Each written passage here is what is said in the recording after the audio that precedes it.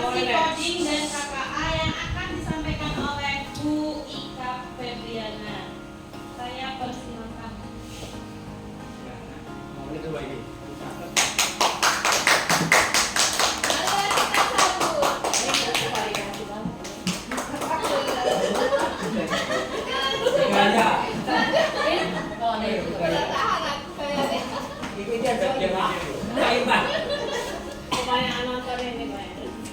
Baik Bapak Ibu, terima kasih atas kesempatannya. Sebelumnya, Bismillahirrahmanirrahim. Assalamualaikum warahmatullahi wabarakatuh.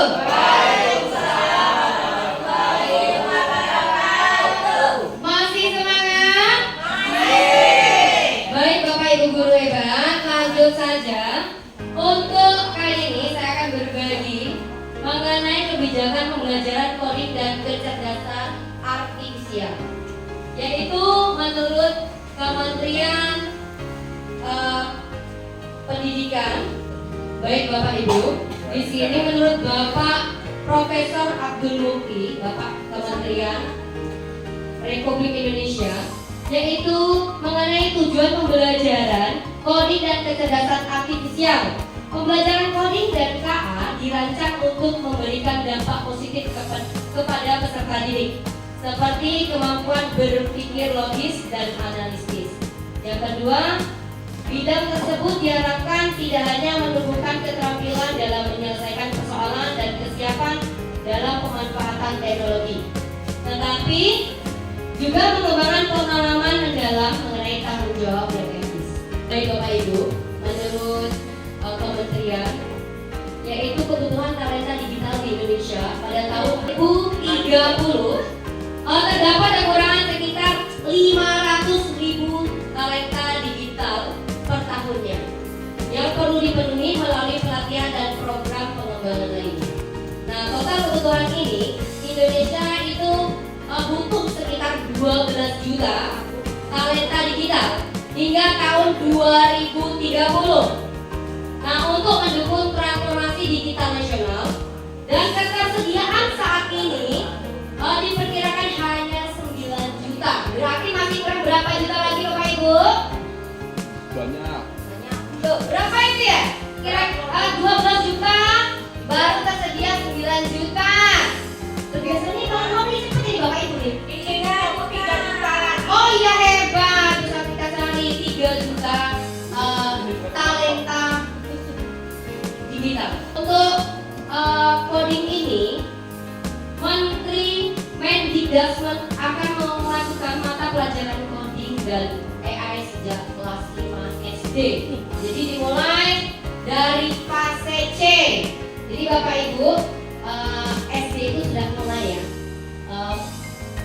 pengkodingan, pelajaran coding. Jadi pelajaran coding ini masuk ke muatan lokal, Bapak Ibu.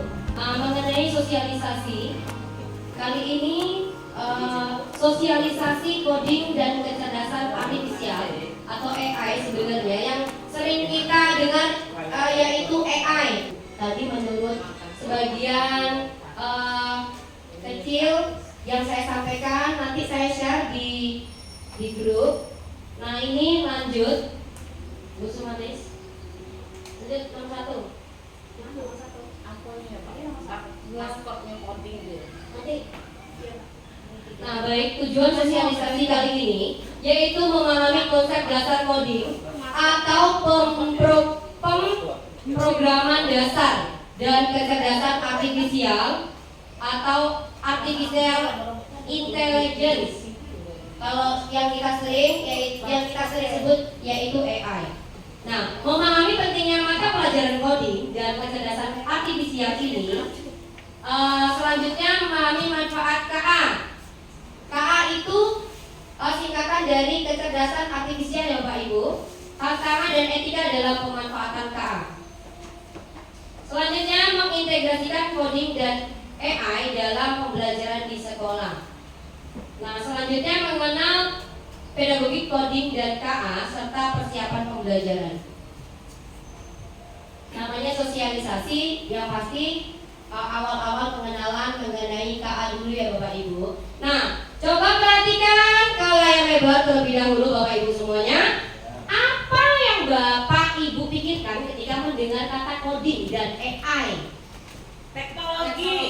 Ya, selain teknologi apa Bapak Ibu? Hebat. Bahasa komputer. Ya, mengenai apa? Bahasa komputer. Ada lagi Bapak Ibu? Jawab. Oh iya, hebat robot. Jawab pertanyaan susah. Menjawab pertanyaan susah. Pemrograman. Jadi, lanjut Bapak Bu Sumaris. Nah, biasanya hampir semuanya kan benar ya Bapak Ibu. Tadi membuat robot, pemrograman, ya. Terus khusus buat orang IT, ya. Terus ngetik kode pakai bahasa aneh di layar hitam, terlalu canggih hanya untuk sekolah ini. Nah, tadi yang menurut Bapak Ibu semuanya juga benar ya. Lanjut Bapak Ibu. Nah, banyak orang menganggap coding dan AI itu sebagai hal yang futuristik, rumit, atau hanya untuk ahli teknologi. Padahal sebenarnya bisa dimulai dari cara-cara sederhana, menyenangkan, dan sangat relevan dengan dunia anak-anak sekarang. Bapak Ibu sebenarnya sudah menggunakannya, tetapi bahasanya aja yang baru kita dengar pada saat ini. Nah, sebelumnya itu, adakah Bapak Ibu menggunakan KA dalam kehidupan sehari-hari dalam dunia pendidikan? Ada. Dengan menggunakan apa? LKPD. Hebat. Selain LKPD ada lagi, Bu Sari? Atau Bapak Ibu yang lain? Dengan menggunakan teknologi kayak Infocus. Iya, menggunakan Infocus, PPT. menggunakan PPT. Ada lagi? Cukup. Baik, terima kasih. Nah, di sini selain itu juga yang sering kita gunakan yaitu YouTube, Bapak Ibu. Bukan cuma pemrograman yang sulit-sulit, tetapi dari LKPD, terus dari ini apa namanya nih? Dari lantai ini juga kita bisa menerapkannya. Loncat 2, ya, ke kanan ke kiri. Biasanya pembelajaran di kelas maupun di lapangan sebenarnya sudah sering kita mempraktekannya. Nah, KKA bukanlah mata pelajaran wajib ya Bapak Ibu. Nah, dilaksanakan melalui 3 opsi. Yang pertama mata pelajaran pilihan, ya. Yang kedua ekstrakurikuler. Yang ketiga terintegrasi dengan mata pelajaran lainnya. Jadi ada 3 pilihan. Lanjut. Nah, di sini Bapak Ibu ada coding, yaitu proses memberi instruksi kepada komputer untuk menjalankan tugas tertentu. Baik Bapak Ibu, kemarin saya sudah menggunakan aplikasi ChatGPT yang dulu saya agak ragu-ragu menggunakannya. Ketika dalam pelatihan, saya itu sempat membuka Google Bapak Ibu. Tetapi saya ditegur nih sama fasilitator karena kita harus menggunakan KA. Jadi kita menggunakan KA masing-masing. Kita bersahabat dengan KA. Terus kalau kita sudah menggunakan KA semakin banyak kita nulis, ya, memerintahkan di ChatGPT semakin banyak informasi, berarti semakin akurat, ya Bapak Ibu. Tapi kalau kita jarang membuka ChatGPT apa sama sekali, itu kurang apalagi perintah yang diketik di ChatGPT itu kurang lengkap, maka informasi yang didapat juga lengkap juga kurang tepat. Nah, selanjutnya kecerdasan artifisial atau AI, yaitu teknologi yang meniru kecerdasan manusia untuk memecahkan masalah belajar dan membuat keputusan secara otomatis. Nah, Bapak Ibu, menurut Bapak Ibu, KA ini bisa menggantikan manusia tidak? Tidak. Kenapa ya? Karena bagaimanapun peran guru itu tidak bisa tergantikan oleh teknologi. Guru itu perlu hadir di dalam kelas. Tepuk tangan buat Bu Saris. Nah, baik Bapak Ibu. Nah, ketika Bapak Ibu ingin memanfaatkan KA dalam pembelajaran itu sangat mudah sekali Bapak Ibu. Contohnya, Bapak Ibu bisa memanfaatkan aplikasi ChatGPT atau Gemini atau aplikasi yang lainnya yang sudah menggunakan AI atau KA. Nah, Bapak Ibu tinggal klik di situ apa yang mau Bapak Ibu perlukan. Contohnya buatkan modul ajar IPAS, materinya apa, kelas berapa, Bapak Ibu tulis di situ dalam bentuk Word yang bisa di-download. Nanti akan Nyarinya di YouTube. bukan di YouTube Ibu, di ChatGPT atau Gemini. Jadi silakan. Boleh silakan. Contohnya Ibu. mau ke mana itu? Contohnya, oh iya, nah contohnya seperti itu ya, Bapak Ibu. Jadi Bapak Ibu itu harus dapat memanfaatkan KA untuk pembelajaran. Kedepannya harus memanfaatkan teknologi. Siap Bapak Ibu? Siap. Baik Bapak Ibu, karena ini kan sosialisasi. Nanti saya pertemuan berikutnya saya akan menyampaikan lagi mengenai, nah ini ya, contoh-contoh, terus modul-modulnya nanti saya akan sampaikan. Karena hari ini sosialisasi, jadi hanya pengenalan saja mengenai pengenalan dasar mengenai KA atau coding dan kecerdasan artifisial. Baik Bapak Ibu, adakah yang mau ditanyakan? Oh baik. Ada yang mau ditanyakan? Oh iya, silakan.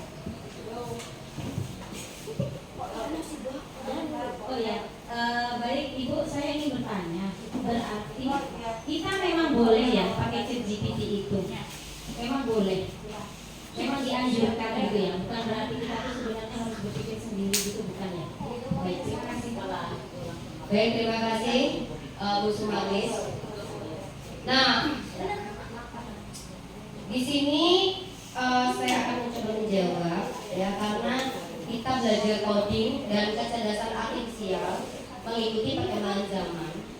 Jadi kita sebisa mungkin mengikutinya, Bu Sumaris. Kalau bisa lebih mudah, kenapa kita mempersulit ya? Jadi kalau membuat modul ajar harus membutuhkan waktu yang sangat lama, atau PPT yang membutuhkan waktu yang sangat lama, ya berjam-jam bahkan harian. Kenapa kita nggak pakai ChatGPT atau Gemini atau aplikasi yang lainnya yang lebih canggih, sehingga kita bisa membuat ya bahan ajar LKPD, media-media yang lain dengan cepat, mudah, tanpa harus ribet gitu. Nah itu sih tujuannya.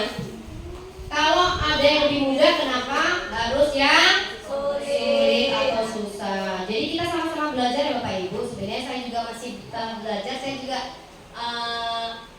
baru mencoba untuk memahami KA ini. Jadi besok kedepannya kita sama-sama memegang laptop, kita membuat modul ajar menggunakan KA pribadi masing-masing. Itu, terima kasih. Baik, ada yang mau menambahkan? Terima kasih, itulah yang bisa saya sampaikan. Apabila ada kurang dan salahnya saya mohon maaf. Wabillahi taufiq wal hidayah. Wassalamualaikum warahmatullahi wabarakatuh.